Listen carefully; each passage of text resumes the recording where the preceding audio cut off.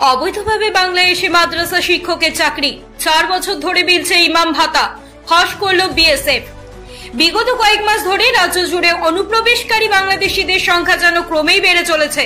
এই আবহে সম্প্রতি অবৈধ অনুপ্রবেশের অভিযোগে এক বাংলাদেশি নাগরিককে গ্রেপ্তার করল বিএসএফ। বিএসএফ এর 6 নম্বর ব্যাটালিয়ন মেখলিগঞ্জের বাগটোকরা ফুলকাডাবাড়ি অর্জুন সীমা চৌকিতে টহল দেওয়ার সময় আটক করে তাকে। পুলিশ সূত্রে জানা গিয়েছে, ধৃতের নাম মোহাম্মদ সেলিম আনসারি, বয়স 33 বছর। তার বাড়ি বাংলাদেশের কক্সবাজার জেলার টেকনাফ থানার অন্তর্গত এলাকায়।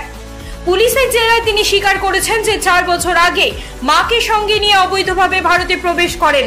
এরপর মুর্শিদাবাদের বেলডাঙ্গায় একটি বাড়িতে মায়ের সঙ্গে বসবাস করতেন।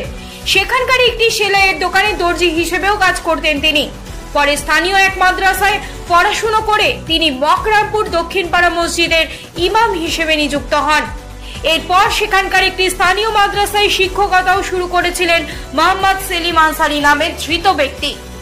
এদেশে এসেই তিনি প্রয়োজনীয় নথিপত্র যেমন আধার কার্ড, প্যান কার্ড এবং ব্যাংক পাসবইয়ের মতো একাধিক ভারতীয় পরিচয়পত্র তৈরি করে নেন। তাজ্জব বিষয় হলো, বাংলাদেশি হয়ে ভারতে এসে অন্যের নামে ইমাম ভাতা তোলার অভিযোগও ওঠে তার বিরুদ্ধে। জানা গিয়েছে, ইমাম ভাতার জন্য আবেদনের সময় সমস্ত ডকুমেন্টস না থাকায় স্থানীয় এক ব্যক্তির নামে আবেদন করেন তিনি, এবং যা ভাতা ঢোকে সেই ভাতা মাসের শেষে ভাগও করে নেন ওই স্থানীয় ব্যক্তির সঙ্গে। ইতিমধ্যেই ধৃত সেলিম আনসারির বিরুদ্ধে নির্দিষ্ট ধারায় মামলা রুজু করা হয়েছে এবং তাকে আদালতে তোলা হলে 10 দিনের পুলিশি হেফাজতের নির্দেশ দেন বিচারক। পুলিশের একের পর এক জিজ্ঞাসাবাদে সেলিম জানান, বড় ভাইয়ের সঙ্গে দেখা করতেই বাংলাদেশে ফিরছিলাম। দালালদের মোটা টাকা দিয়ে সীমান্ত পার হওয়ার চেষ্টা করছিলাম, তখনই বিএসএফ আমাকে ধরে ফেলে। এমডি সেলিম আনসারি। আপনি কোথায় ছিলেন?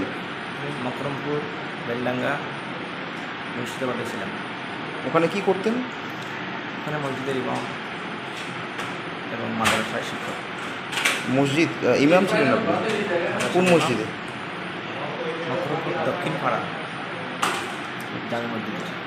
আচ্ছা, আর কোন মাদ্রাসায় আপনি শিক্ষকতা করতেন? মাদ্রাসা দারুল কোরআন। আপনার পূর্বের বাড়ি কোথায় ছিল? আপনি তো বাংলাদেশি। আগে ওখানে ছিলাম, এখন ওখানে কিছু নাই, বাড়ি কিছু নাই, এখন সব ভারতে চলে এসেছি।